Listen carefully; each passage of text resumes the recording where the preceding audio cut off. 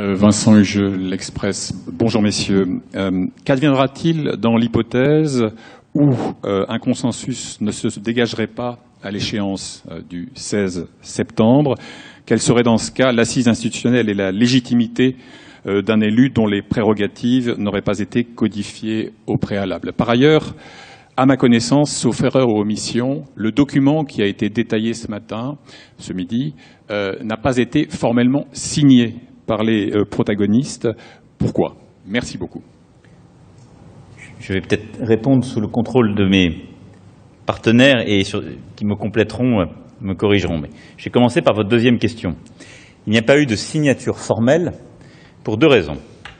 La première, c'est que les parties présentes, en tout cas plusieurs d'entre elles, ont souhaité pouvoir partager cette déclaration avec leurs mandants sur le sol libyen, mais ont obtenu en tout cas mandat de l'approuver officiellement, ce que nous avons fait devant vous.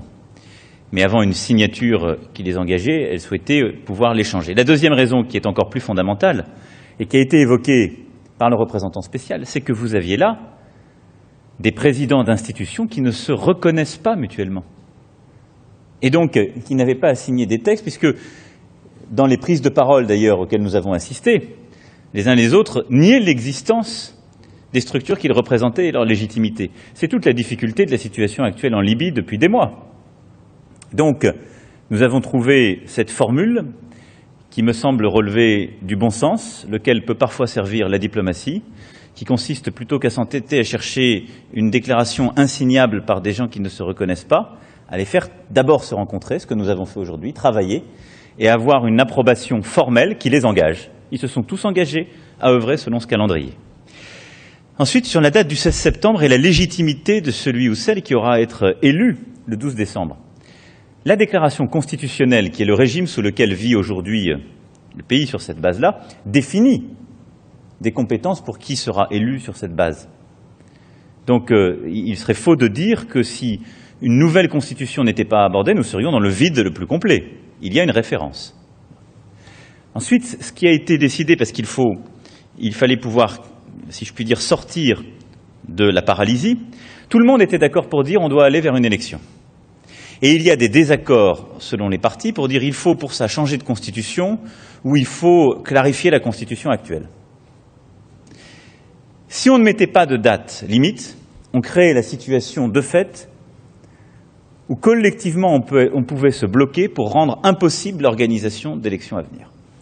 Et donc ce qui a été décidé en mettant cette date de butée du 16 septembre, et c'est très clairement dit dans le texte de la déclaration, et ça a été très bien rappelé par le président Sarraj, c'est de dire qu'il y a deux options.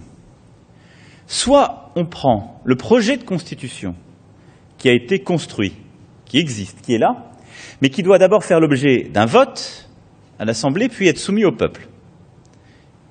Et donc on arrive à faire cette procédure législative puis référendaire d'ici au 16 septembre, ce qui est une option défendue par certains. Et dans ces cas-là, on a une base légale, en fonction de ça, on peut organiser des élections et on avance. C'est une option possible, elle est complexe. J'ai d'ailleurs moi-même fait état à mes amis du temps que supposait une réforme constitutionnelle. La France est en train d'en conduire une, elle est, je crois, moins ambitieuse que celle qui est envisagée pour la Libye, mais je n'envisage pas de la finaliser pour le 16 septembre. Ce ne serait d'ailleurs pas raisonnable. Donc, il ne faut pas qu'on soit bloqué en disant il n'y a que cette option-là. Et tout le monde, les trois présidents et le maréchal Haftar, tombaient d'accord pour dire si ça n'était pas la Constitution, alors, sur la base de la déclaration constitutionnelle, nous nous engageons à trouver l'élément de base juridique qui nous permet de prendre la loi électorale pour organiser cette élection. Et là-dessus en particulier, il était très important d'avoir l'engagement du président Saleh qui, compte tenu de sa responsabilité à la tête de l'Assemblée, aurait pu bloquer ce processus. Et il s'est engagé. Et donc, soit on aura une constitution adoptée par l'Assemblée et par le peuple, soit on aura une loi électorale adoptée par l'Assemblée sur la base de la déclaration constitutionnelle, mais dans tous les cas, il y aura donc bien un texte juridique fondé, reconnu de tous, puisque tous ont accepté cette procédure en transparence, qui permettra, d'une part, l'organisation sereine le 10 décembre qui suit, et surtout la légitimité de qui sera élu. Je ne veux pas... Vous êtes d'accord?